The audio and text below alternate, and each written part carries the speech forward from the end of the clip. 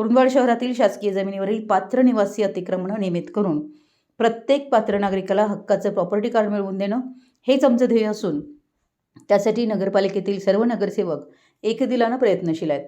शासनाच्या नियमानुसार ही प्रक्रिया लवकरात लवकर पूर्ण करून नागरिकांना त्यांच्या हक्काचं घर आणि मालकीचा अधिकार मिळवून देणार असल्याचं प्रतिपादन ज्येष्ठ नेते रामचंद्र डांगे यांनी केलं। शासकीय जमिनीवरील पात्र निवासी अतिक्रमण नियमित करण्याच्या प्रक्रियेला गती देण्यासाठी कुरुंदवाड शहर पुरोगामी संघर्ष समितीच्या वतीनं तबक उद्यानातील जिम्नॅशियम हॉलमध्ये मेळावा आयोजित करण्यात आला होता। याप्रसंगी माजी नगराध्यक्ष डांगे बोलत होते।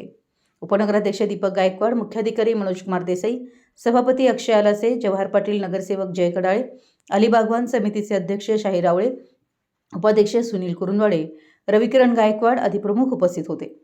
मुख्याधिकारी मनोज कुमार देसाई यांनीही शासनाच्या नियमानुसार आवश्यक कागदपत्र पूर्ण करून प्रस्ताव सादर करण्याचं आवाहन करत नागरिकांनी योग्य माहिती व कागदपत्रांसह अर्ज केल्यास नियमितीकरणाची प्रक्रिया अधिक सुलभ होईल असं सांगितलं।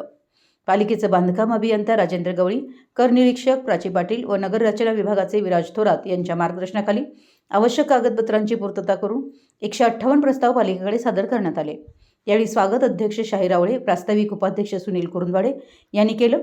नगरसेवक पाटील, गायकवाड, आलासे यांची भाषणं झाली। शेवटी आभार सिकंदर सारवान यांनी मानले। यावेळी कुरुंदवाड शहर पुरोगामी कृती समितीचे पदाधिकारी, कार्यकर्ते आणि अतिक्रमणधारक मोठ्या संख्येने उपस्थित होते। मराठी एस न्यूजसाठी कुरुंदवाडहून संदीप अडसूळ।